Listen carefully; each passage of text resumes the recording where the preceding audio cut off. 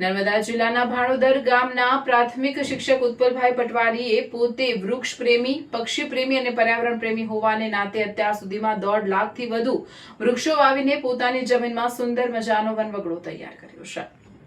શિક્ષક માત્ર બાળકોને વર્ગખંડમાં ભણાવે એવું જ નથી, પરંતુ સમાજને, આમ જનતાને પર્યાવરણના પાઠ પણ ભણાવી શકે છે। વૃક્ષારોપણ કરીને એક શિક્ષક ધારે તો શું ન કરી શકે।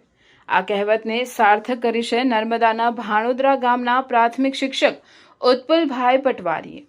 પોતે વૃક્ષ પ્રેમી, પક્ષી પ્રેમી અને પર્યાવરણ પ્રેમી હોવાને નાતે અત્યાર સુધીમાં 1.5 લાખથી વધુ વૃક્ષો વાવીને પોતાની જમીનમાં સુંદર મજાનો વનવગડો તૈયાર કર્યો છે। પર્યાવરણ પ્રેમી શિક્ષક ઉત્પલભાઈએ 1,50,000થી વધુ વૃક્ષો વાવ્યા છે। તેમણે પોતાની જમીન ખેતરમાં ખેતી ઓછી અને વૃક્ષો વધારે વાવ્યા છે। ગત વર્ષે વડાપ્રધાન નરેન્દ્રભાઈ મોદીના જન્મદિવસના ઉપલક્ષમાં એક પેડ માં કે નામથી આજુબાજુના વિસ્તારમાં 7,500 વૃક્ષો વાવ્યા હતા। ચાલુ વર્ષે 20,000થી વધુ વૃક્ષો વાવવાની તૈયારી શરૂ કરી દીધી છે।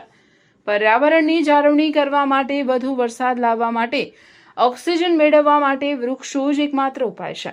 માટે સૌએ વૃક્ષો વાવવા જોઈએ એવા વડાપ્રધાનના સંકલ્પને ઉત્પલભાઈએ ઝીલી લીધો છે।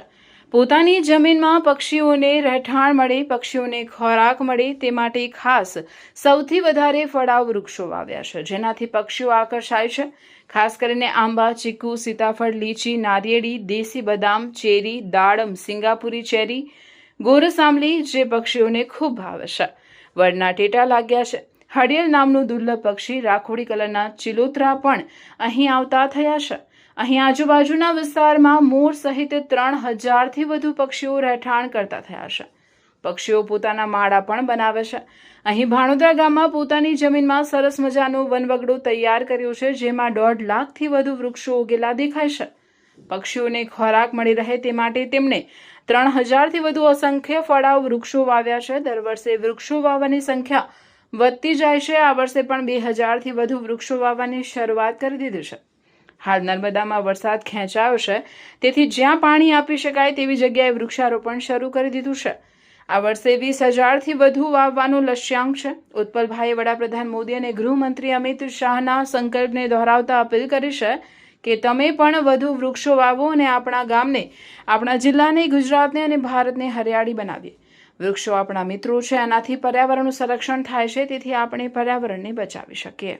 સ્ટેચ્યુ ઓફ યુનિટી પાસે નર્મદા જિલ્લામાં મારી જગ્યા આવેલી છે। અહીંયા કુલ 1.5 લાખથી વધુ વૃક્ષો અમે વાવેતર કર્યું છે। એમાં મોટાભાગના ફળાઉ વૃક્ષો છે, જેવા કે આંબો છે, ચીકુ છે, નારિયેળી છે, દેશી બદામ છે, ગોરસાંબલી છે, લીચી છે, દાડમ છે, ગોરસાંબલી એવા વિવિધ પ્રકારના જે પક્ષીઓ અને બાળકોને પણ આકર્ષિત કરે છે એવા વૃક્ષો અમે વાવ્યા છે। મોદી સાહેબે ગત વર્ષે એક સંકલ્પના લેવડાવી હતી, એક પેડ માં કે નામ। તો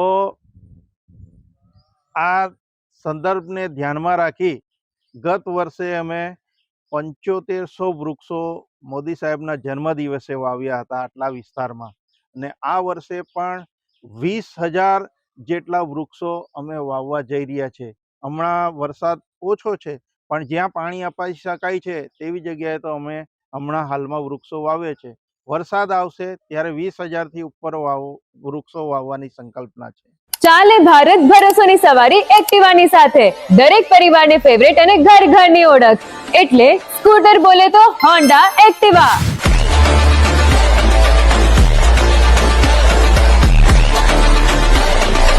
જે લાવે છે તમારી સવારીમાં અતૂટ વિશ્વાસ, મજબૂતાઈ અને અદ્યતન ટેકનોલોજીનો સુમેળ।